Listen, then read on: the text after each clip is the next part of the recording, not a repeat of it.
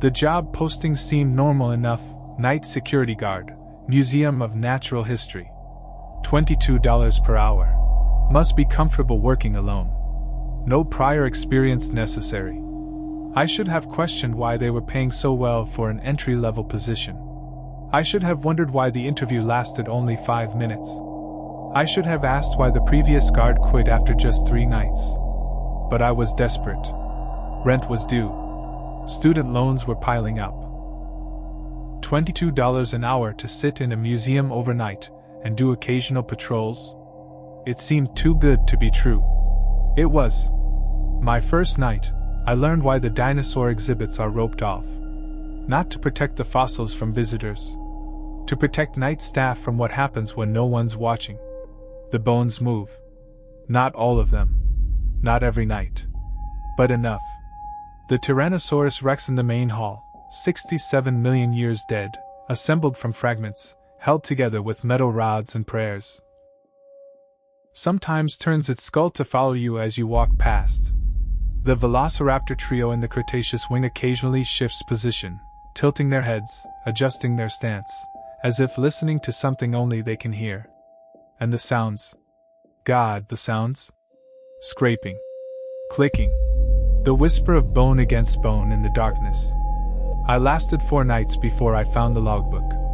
Hidden in a locked drawer in the security office. Entries dating back 40 years. Hundreds of guards, all documenting the same phenomena. All trying to convince themselves it was their imagination. All eventually discovering that some fossils remember what it was like to be alive. And some of them want that feeling back. Welcome back to the channel. Before I tell you about the 5 strangest jobs I've ever worked, jobs that taught me there are some paychecks that aren't worth cashing, I want to ask, where are you watching from? Are you currently employed? Because after you hear these stories, you might start looking at your own workplace a little differently.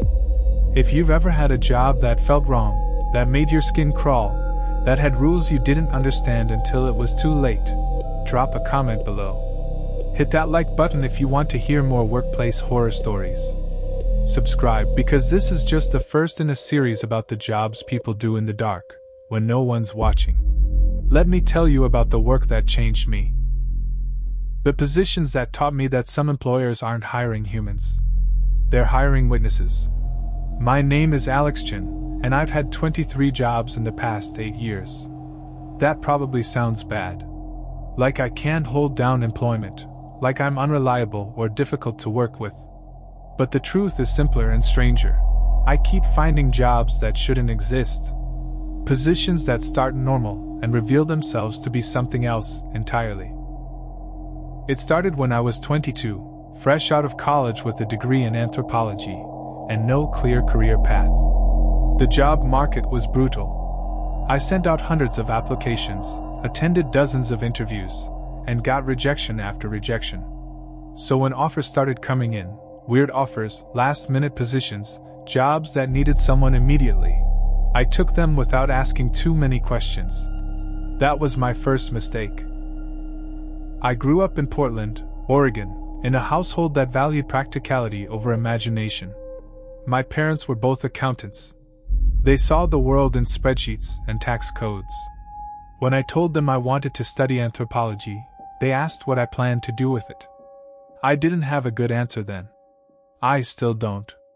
But what I learned in those classes, about human cultures, belief systems, the things people do when they think no one's watching, that prepared me for the jobs I'd eventually take. The ones where the employee handbook included clauses like, "Do not acknowledge the figure in the basement," and, "If you hear your name called 3 times, do not respond." The first strange job was the museum. That's where this story starts. But it wasn't the last, and it wasn't the worst. After the museum, I worked as a file clerk in a law office where the archives went down 47 floors, even though the building only had 20 stories above ground. I was a night janitor at an elementary school where the children's artwork changed when you weren't looking at it, drawings of families that gradually transformed into drawings of something else, something with too many limbs and not enough faces. I did data entry for a company that didn't seem to produce or sell anything, where my job was to transcribe handwritten notes in languages I didn't recognize, copying symbols that hurt to look at for too long.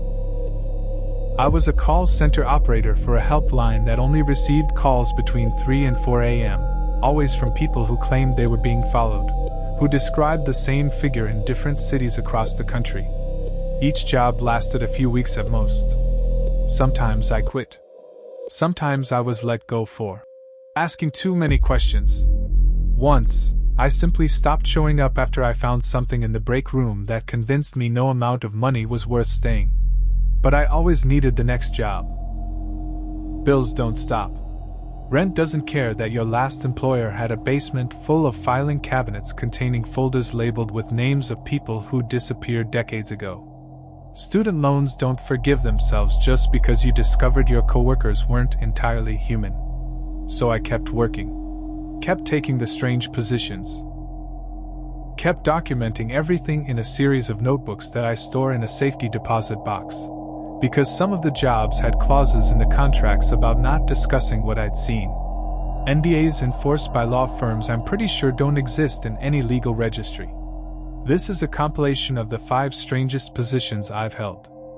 5 jobs that taught me the world is much weirder than most people realize. 5 employers who were looking for someone who could follow rules without understanding them, who could witness impossible things and still show up for the next shift. 5 jobs that almost killed me. But first, let me tell you about the museum. About the dinosaurs that remember being alive. About the night I learned that extinction isn't always permanent. And about the thing that lives in the exhibit hall after midnight. The Whitmore Museum of Natural History sat on the outskirts of Portland, a gray stone building that looked like it had been transplanted from Victorian London. It was small compared to famous institutions, only 3 floors, maybe 15,000 square feet of exhibit space. But it had an impressive collection of fossils, gemstones, and indigenous artifacts. My interview was with a woman named Dr. Carolyn Vess, the museum's director. She was in her 60s, gray hair pulled back in a tight bun, wearing a cardigan despite the summer heat. "The position is straightforward," she said, not bothering with small talk. "You'll work 5 nights a week, 10 p.m. to 6 a.m. Do rounds every 2 hours, check that all doors and windows are secure, monitor the security cameras. There's a break room with a microwave and coffee maker. The bathroom is on the 1st floor. That's it?" I asked. "Just walk around and check doors. There are a few additional rules." She slid a laminated card across her desk. "These must be followed exactly. No exceptions." I picked up the card. It listed 7 rules in small, precise print. 1. Do not enter the Mesozoic Hall between 2 a.m. and 4 a.m. 2. If you hear footsteps behind you during rounds, do not turn around. Continue walking. 3. The Indigenous Peoples exhibit is off limits after midnight. The door will be locked. Do not unlock it, regardless of what you hear inside. 4. If any of the fossils appear to have moved, document it in the logbook, but do not attempt to reposition them. 5. The security cameras in the gemstone gallery will occasionally show figures that are not there. This is normal. Ignore them. 6. If you see a child in a blue dress, remain calm. She cannot hurt you if you do not acknowledge her. 7. Never, under any circumstances, go into the basement alone. I looked up at Dr. Vess. "Is this a joke? I assure you it is not." Her expression was completely serious. "These rules exist for your safety. The previous guard disregarded them. He's currently in psychiatric care at Providence." "What happened to him?" "He broke rule number 1. She stood, indicating the interview was over. "Do you want the position or not?" "I need an answer now. The museum cannot be left unattended tonight." I should have walked out. But $22 an hour, and I needed it. "I'll take it," I said. My first night started at 10 p.m. Dr. Vess met me at the employee entrance, showed me the security office, a cramped room with monitors displaying feeds from 24 cameras, and handed me a flashlight, a ring of keys, and a 2-way radio. "The radio is for emergencies only," she said.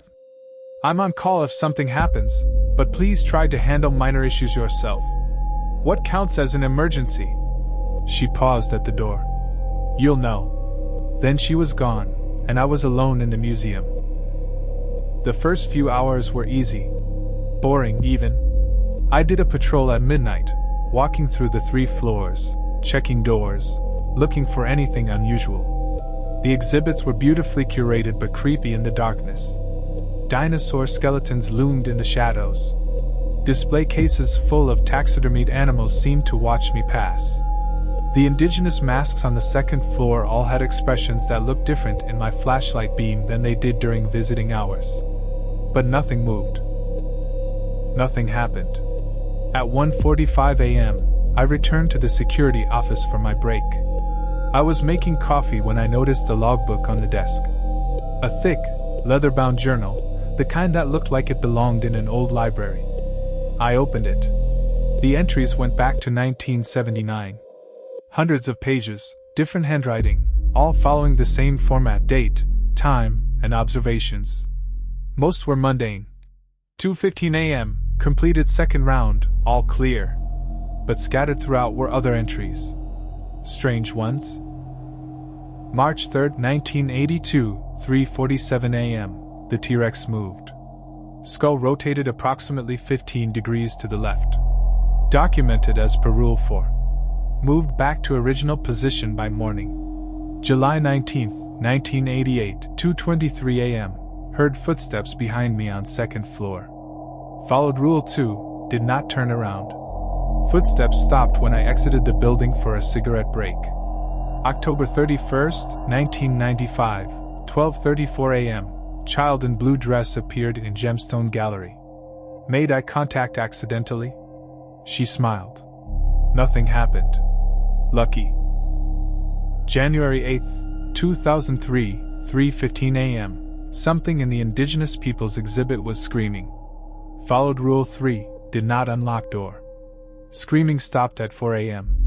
The most recent entry was from 3 days ago, written in shaky handwriting. June 15th, 2015, 2:47 a.m., entered Mesozoic Hall despite Rule 1. The bones were all standing. All of them. The T-Rex was fully assembled and looking at me. The velociraptors were circling. I could hear them breathing. I ran. I quit. Do not break Rule 1. My hands were shaking as I closed the logbook.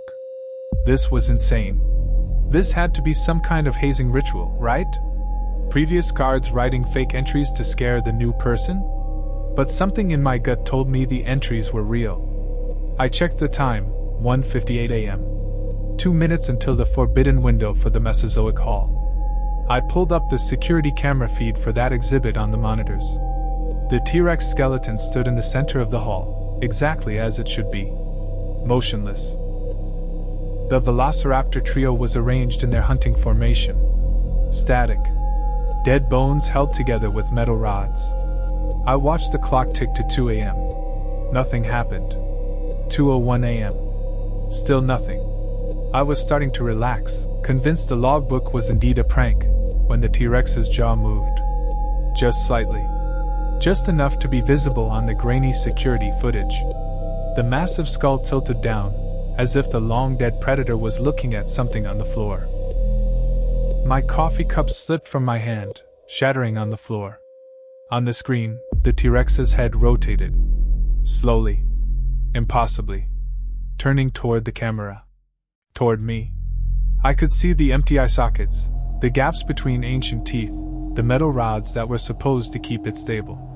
And then it moved. Not collapsing. Not falling apart. Moving.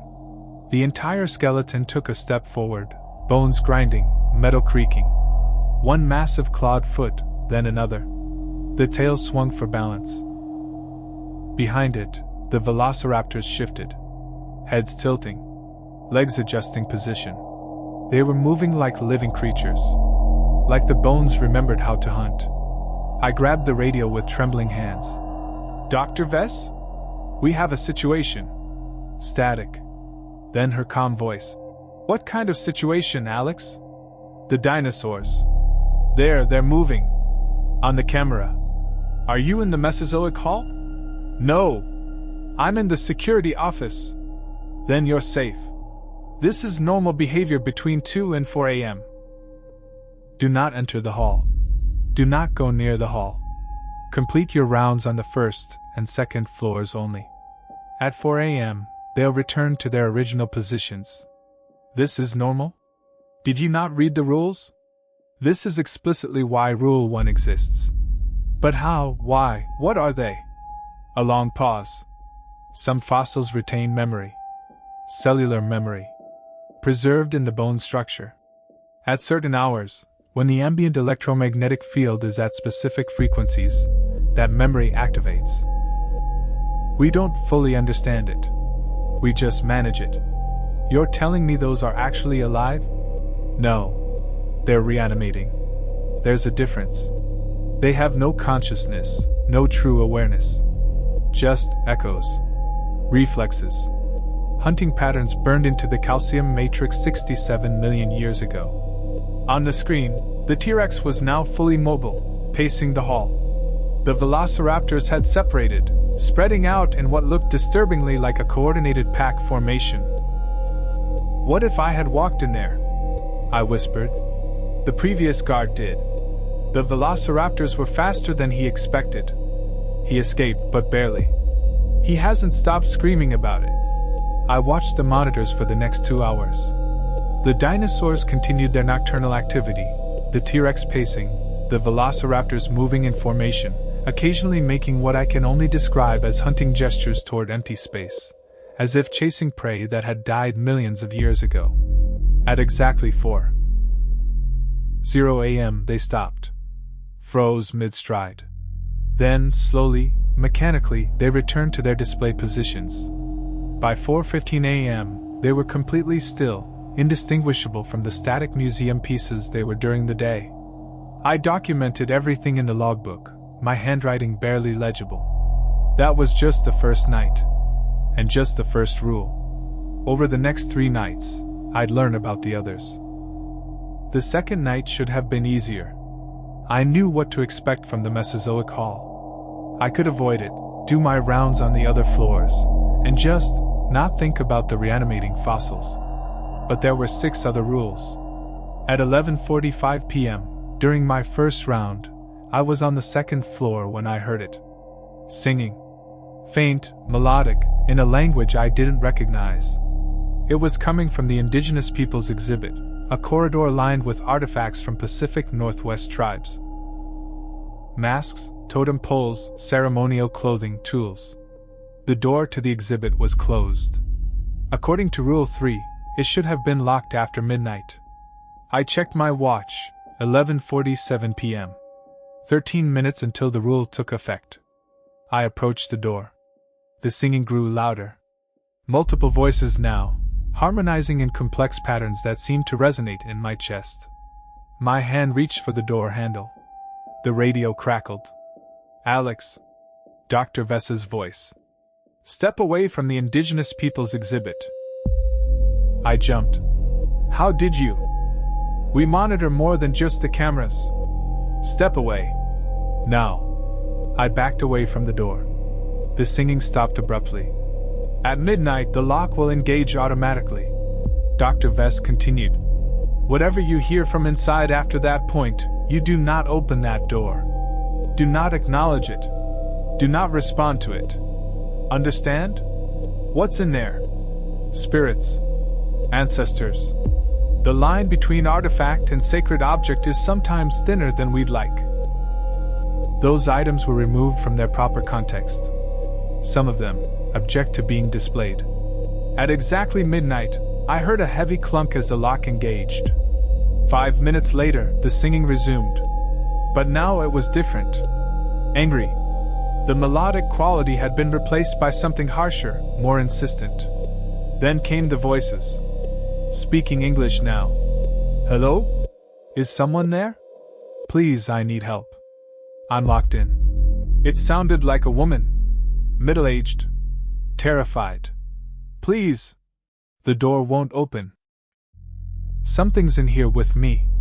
Every instinct screamed at me to help, to unlock the door, to rescue whoever was trapped inside. But I thought of Rule 3, of Dr. Vess's warning. "I'm so sorry," I whispered to the door. "I can't help you." The woman's voice changed, deepened, became something that had never been human. "We know you can hear us. We know you're there. Open the door, Alex Chin. Let us out." It knew my name. "How long have we been here? How long have you kept us locked in glass cases, stared at by children, photographed by tourists? We want to go home. Let us go home." I backed away from the door, hands shaking. "We can show you things. Knowledge lost to time. We can teach you languages that predate written word. We can show you how to speak to the dead, how to walk between worlds. Just open the door." "No," I said firmly. The voice that responded was furious, a chorus of rage that made the door shake in its frame. "Then you will listen to us all night.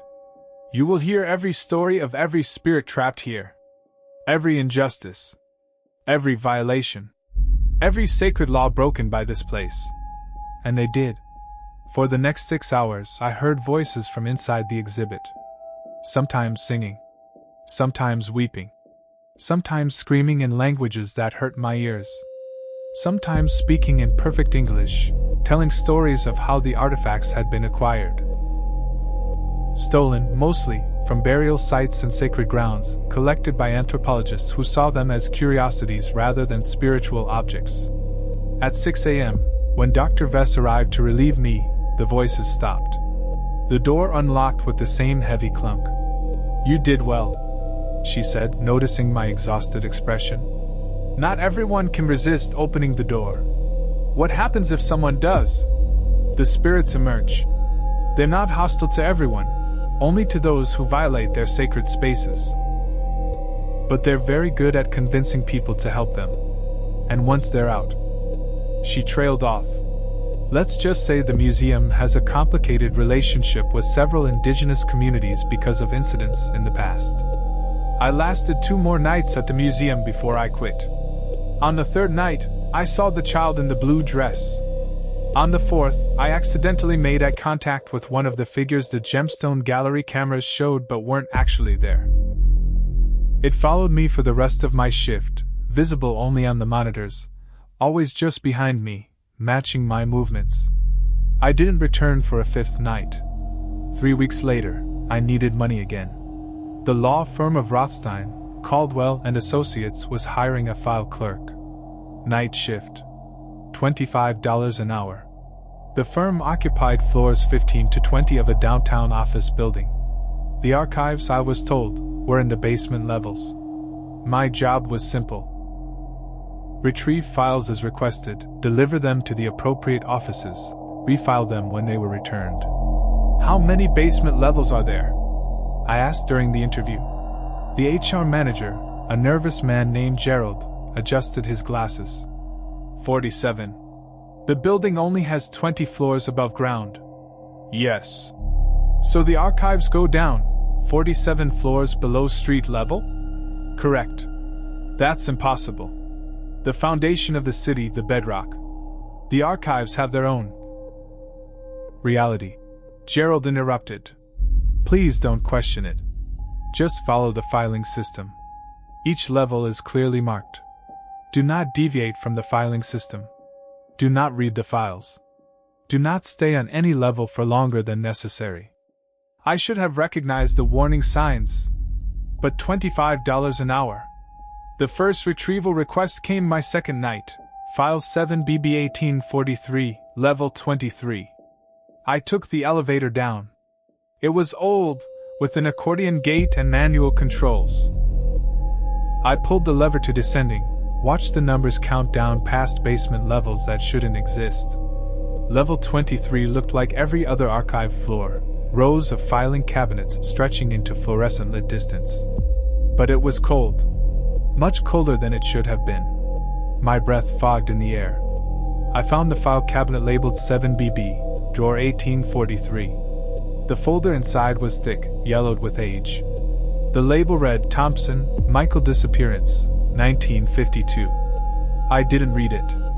Followed the rules. But I noticed something as I walked back to the elevator.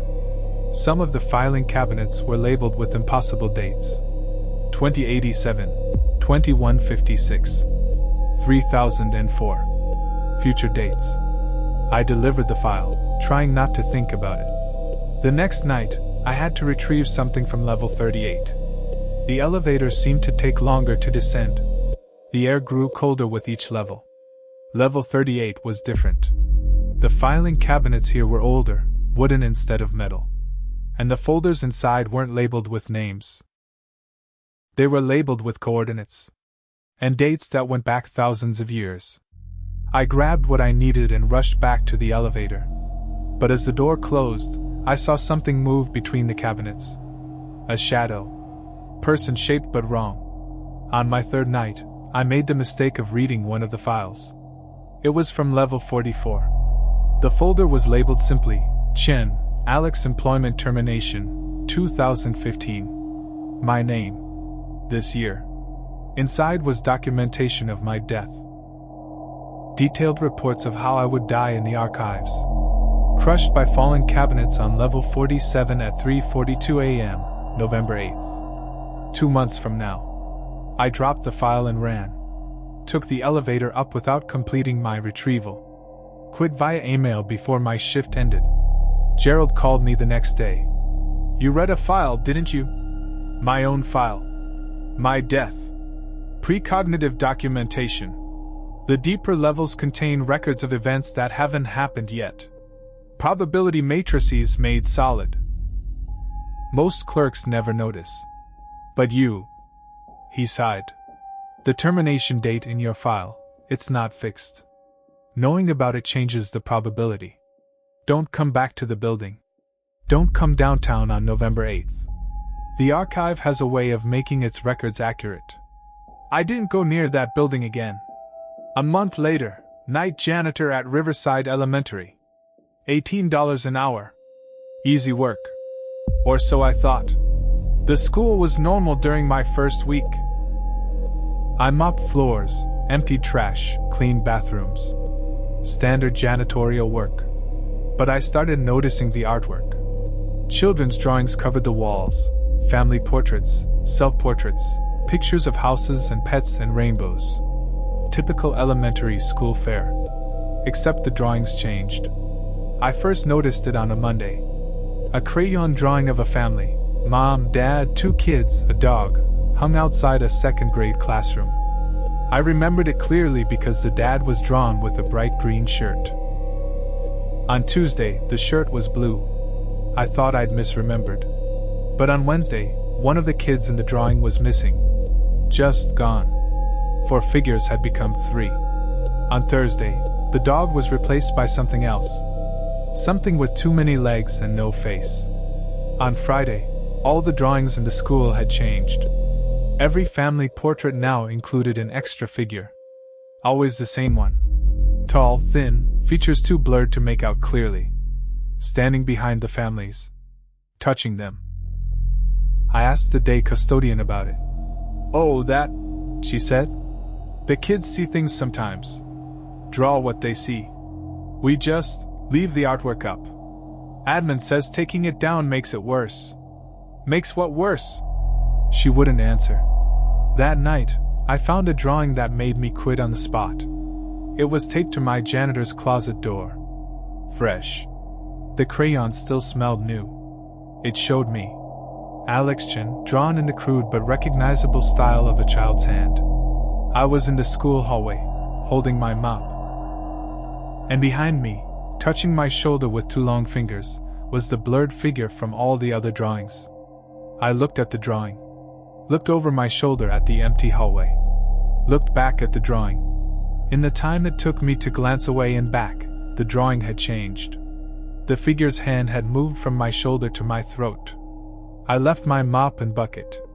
Walked out. Never went back. The call center job was supposed to be simple. Answer calls, provide support, log information. Night shift, 11 p.m. to 7 a.m. $20 an hour. What they didn't mention in the job description, we only received calls between 3 and 4 a.m. And every caller reported the same thing. Someone's following me. Different people. Different cities. Different backgrounds. But the same story, night after night. It's tall. Really tall. I can't see its face. It's been following me for 3 days now. It's always exactly 50 feet behind me. I'm scared to stop walking. I saw it in my rearview mirror, standing in the middle of the road. I swerved and it was gone. But now I see it everywhere. In windows. In reflections. Always watching. My daughter drew a picture of it. She's 4 years old. She's never seen it, but she knows exactly what it looks like. How does she know? We had a script. Thank you for calling. Your report has been logged. Continue to document any sightings. Do not approach the figure. Do not acknowledge it directly. Someone will contact you with further instructions. No one ever contacted them. We just logged the calls in a database that went to an email address I'm certain didn't belong to any real person. After 2 weeks, I accessed the database history. Thousands of reports going back 15 years. All describing the same figure. Tracking its movements across the country like plotting a migration pattern. It was heading west. Toward Portland. I quit that job too. But by then, I'd started seeing it myself. After the call center, I stopped looking for work. Lived off my savings, avoided job boards, convinced myself I'd rather be broke than take another position that revealed how strange the world really was. But the world had other plans. The letter arrived in my mailbox on a Tuesday. Heavy stock paper, wax seal, addressed to me by name. Inside was a job offer. Dear Alex Chin, we have been observing your employment history with great interest. Your unique ability to witness anomalous phenomena while maintaining functionality makes you an ideal candidate for a position with our organization. We are the Department of Empirical Anomalies, a private research institution dedicated to cataloging and managing events, objects, and entities that exist outside conventional understanding. We require field agents who can document these anomalies without succumbing to psychological breakdown. The position offers full benefits, a starting salary of $75,000 annually, and the opportunity to understand the experiences you've had over the past 8 months. If you accept, be at the following address on Friday at midnight. Come alone. The address was in an industrial area on the east side of Portland. No company name, just a warehouse number. I should have ignored it. Should have burned the letter. But the promise of understanding, of finally knowing why I kept finding these jobs, why I could witness impossible things and keep functioning, was too tempting. Friday at midnight, I stood outside Warehouse 47. The building was unmarked, windows dark. But the door was unlocked. Inside was an office. Modern, well-lit, completely at odds with the decrepit exterior. A woman sat behind a desk, typing on a laptop. She looked up when I entered. Alex Chin. Punctual. That's good. She stood, extending a hand. I'm Director Sarah Vance. Welcome to the department. Is this real? Are you a real government agency? We're not government. We're privately funded. But yes, we're real. We've been operating for 60 years, cataloging anomalies, managing containment, preventing public knowledge of phenomena that would destabilize society. She led me through a door into a much larger space. The warehouse interior had been converted into a research facility. Dozens of people worked at computer stations, examined objects behind protective glass, reviewed footage on large monitors. Every job you've had in the past 8 months, Vance said. We placed you there. I stopped walking. What? The museum. The law firm. The school. The call center. We control those positions. We rotate candidates through them, testing their ability to witness and document without breaking. Most people fail. They quit, have mental breakdowns, or convince themselves they imagined everything. She smiled. You did none of those things. You witnessed, you documented, and you maintained rational thought. That makes you valuable. You've been testing me? Without my consent? We needed to be sure. We've lost too many field agents to psychological collapse. The work we do, observing things that shouldn't exist, documenting events that violate natural law, it breaks most people. We needed someone resilient. She gestured to one of the monitors. It showed footage from the museum, the Mesozoic Hall, the T-Rex moving in the darkness. These phenomena are real. They've always been real. The world is far stranger than public education suggests. There are places where the laws of physics are negotiable. Objects that retain memories. Entities that exist in the spaces between our understanding. And someone has to catalog them. Study them. Keep them from causing widespread harm. And you want me to do that? We want you to be a field agent. Go to sites where anomalies have been reported. Document them. Collect data. Sometimes retrieve objects.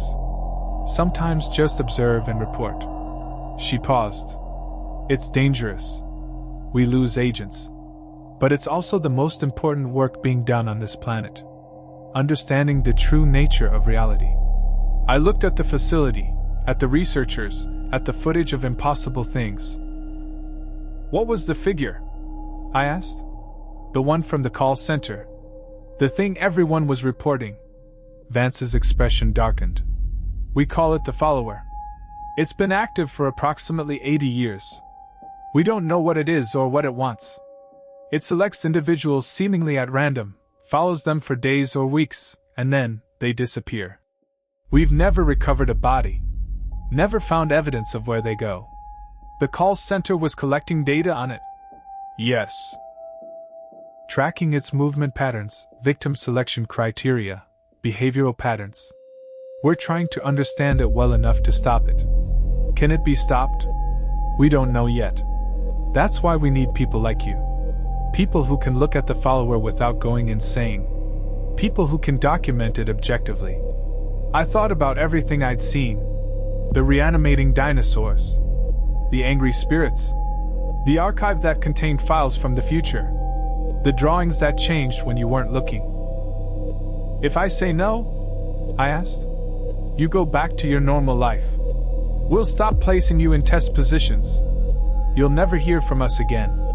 But you'll spend the rest of your life knowing the truth, that the world is stranger than anyone admits, and you're doing nothing to understand or manage it. She was right. I couldn't unknow what I'd seen. Couldn't pretend the world was normal anymore. And if I say yes, you start training on Monday. Full benefits, access to our research library, support from a team of specialists who understand what you've experienced. And answers. We can explain everything you've witnessed. Everything you'll witness in the future. I looked at the footage again. The T-Rex pacing in its hall. The follower standing motionless in someone's rearview mirror. The drawings that changed when no one was looking. I need time to think. I said, you have until Sunday midnight. After that, the offer expires. Vance handed me a business card. It was blank except for a phone number. Call this number when you've decided. Or don't. Either way, thank you for your service during the evaluation period. I left the warehouse, my head spinning. I had 48 hours to decide if I wanted to spend the rest of my life documenting impossible things. 48 hours to choose between normal poverty and abnormal employment.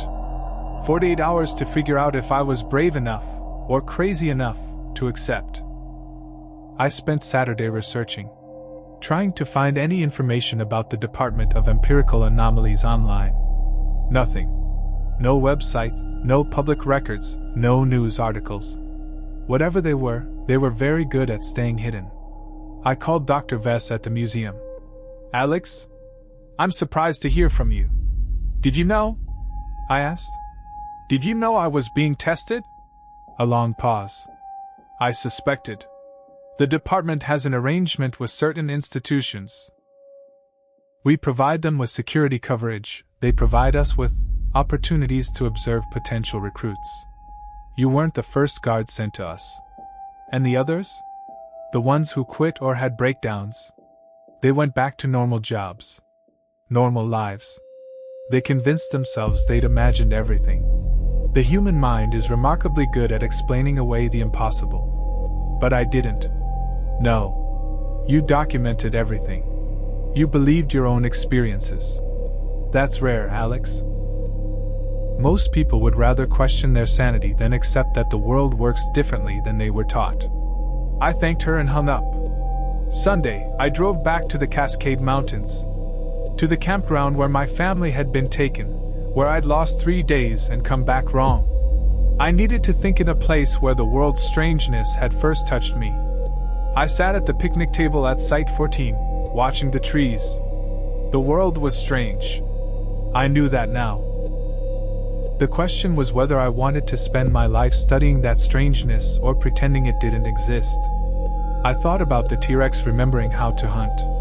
About the spirits trapped in artifacts, trying to go home. About files that documented deaths before they happened. About children drawing things that shouldn't exist but did. I thought about the follower, selecting victims, making people disappear. About all the other phenomena the department was studying. Things I didn't know about yet.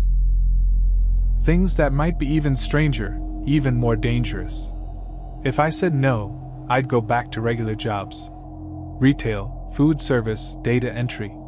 Safe, boring, normal. I'd see the world the way most people did, simplified, explainable, contained. But I'd always know the truth. And I'd always wonder what else was out there, what other impossible things existed in the margins of reality. If I said yes, I'd never have a normal life again. I'd see things that would haunt me. I'd document events that violated everything I thought I knew about how the world worked. I might disappear like the followers' victims. I might end up in psychiatric care like the guard who broke Rule 1. But I'd understand. I'd have answers. I'd be part of something that mattered, even if no one else knew it existed. As the sun set over the mountains, I made my decision. Sunday at 11:47 p.m., I dialed the number on the blank business card. Vance answered on the first ring. Alex. Have you decided?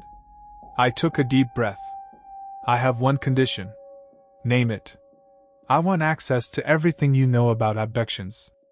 About people being taken and replaced. About missing time and genetic modifications. I need to know what happened to me in 1997. We can do that. Is that a yes? I looked at my reflection in my car window. At the person I'd become after 8 months of impossible jobs. At someone who could witness the strange and still function. Yes, I said. I'm in. Training started Monday. The department's facility was larger than I'd seen on Friday night. Multiple warehouses connected by underground tunnels. Research labs. Containment units. Archives that made the law firms look tiny. Vance assigned me a mentor. A field agent named Marcus who'd been with the department for 12 years. He was in his late 30s, calm, professional, with the kind of 1,000-yard stare that comes from seeing too much. First rule, he said as we walked through the facility. Don't get attached to understanding. Most anomalies can't be explained, only catalogued. The ones who try too hard to find rational explanations are the ones who break. He showed me containment units holding objects that shouldn't exist. A mirror that showed your reflection from tomorrow. A telephone that only received calls from people who died. A music box that, when played, made listeners forget the last hour of their lives. We don't know where most of these come from, Marcus explained. Whether they're manufactured by something non-human, or if they're naturally occurring glitches in reality, or if there's some other explanation we haven't considered. We just catalog, study, and contain. My training lasted 2 weeks. Observation protocols. Documentation standards. Containment procedures. Psychological resilience techniques. On my 3rd week, Vance called me to her office. We found something related to your condition, she said. The 1997 abduction. We've been investigating similar cases, and we have a theory. She pulled up a file on her computer. Photographs of other people. Dozens of them. All with the same circular mark on their right palms that I had. These are all individuals who reported missing time between 1990 and 2000. All in the Pacific Northwest. All came back with that mark. And all of them. She paused. All of them developed enhanced pattern recognition. The ability to perceive anomalies that others miss. My blood ran cold. Are you saying? We think the abductions were intentional. Not random. We think something selected certain individuals, modified them, and returned them. Creating people who could perceive reality's inconsistencies. People who could see what others couldn't. Why? We don't know. Maybe they need observers. Maybe it's an experiment. Maybe they're preparing for something. She pulled up another file. But here's the interesting part. We've been tracking the marked individuals for years. Most of them end up in jobs like yours. Positions where they encounter anomalies. Almost like they're drawn to these situations. Or the situations are drawn to them. I said quietly. Exactly. Vance leaned forward. Alex, we didn't find you by accident. You found us. The jobs you took, the experiences you had. You were navigating toward us from the moment you were returned to that tent. This was always where you were heading. I looked at the mark on my palm. The brand I'd carried for 18 years without understanding what it meant. So I'm not actually choosing to be here. I said. I was programmed to end up here. Free will is complicated when you're dealing with entities that can modify perception and behavior. But I don't think you're a puppet, Alex. I think you were given a gift. The ability to see truth. What you do with that gift, that's still your choice. She closed the files. Your first field assignment is tomorrow. There's a situation in Seattle. A building where time moves differently on alternating floors. We need documentation and atmospheric readings. Marcus will accompany you. I left her office in a daze. Walked through the facility, past researchers studying impossible objects, past containment units holding things that shouldn't exist. I thought about my family. The real versions, floating in jail somewhere. The copies that had replaced them. The 3 days that had changed everything. Had they been preparing me for this? Training me to be an observer of anomalies?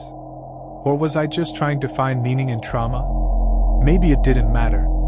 Either way, I was here. Either way, I could see what others couldn't. Either way, I had a job to do. I touched the mark on my palm. Tomorrow, I'd start my first official field assignment. Start documenting the strange, the impossible, the things that existed in reality's margins. Start doing the job I'd been modified to do 18 years ago. Whether I'd chosen it or been chosen for it, this was my life now. I was a witness to the impossible. And somewhere, the entities that had marked me were watching to see what I'd do next. The next morning, I met Marcus at the Seattle field office.